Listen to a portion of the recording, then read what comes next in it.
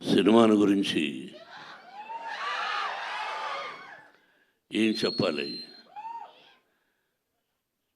విష్ణు చెప్పినట్టు చాలా చెప్పాలి. ఇది ప్రజల సినిమా, మీ సినిమా. ఈ తరానికి ఏ తరానికి ఈ సినిమా ఎప్పుడూ కొత్తదే.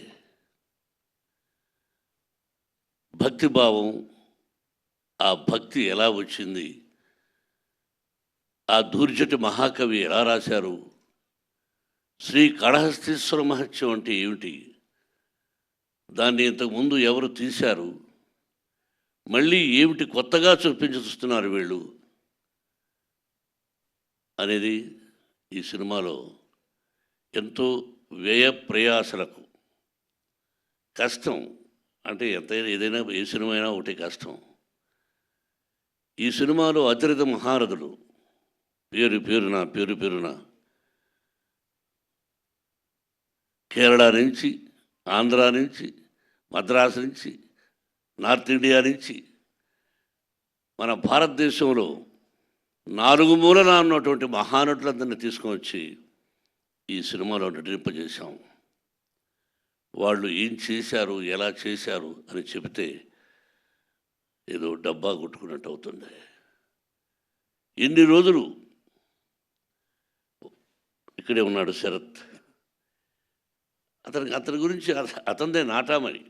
నేను పెదరాయుడు యాక్ట్ చేసిన సినిమా ఆయనదే.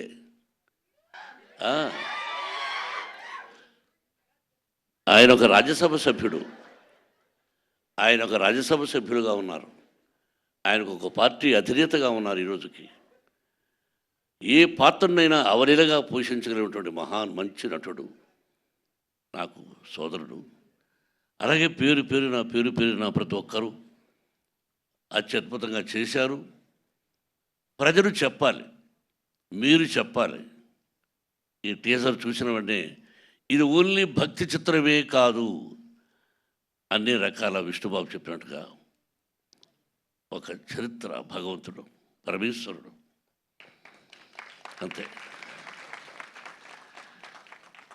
ఒక పద్యం ఉంది, ఎవ్వని చేజనించు జగమెవ్వని లోపల నుండు లీనమై, ఎవ్వని ఎందుడెందు పరమేశ్వరుడెవ్వడు, మూల కారణం వెవ్వడు, అనాది మధ్యలయుడెవ్వడు, సర్వము తానే అయిన వాడెవ్వడు, అట్టి వారిని ఈశ్వరుని శరణము వీడదన్.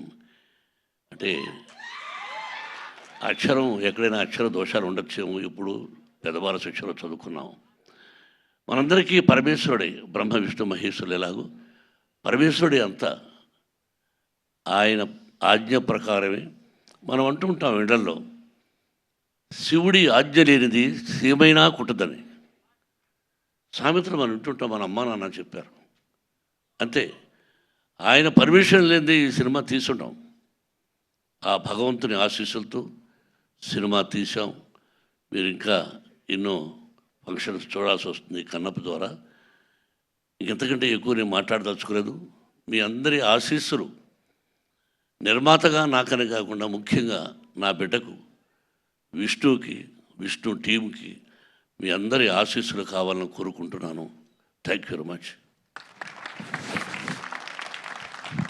Thank you Mohan Babu garu, thank you so much.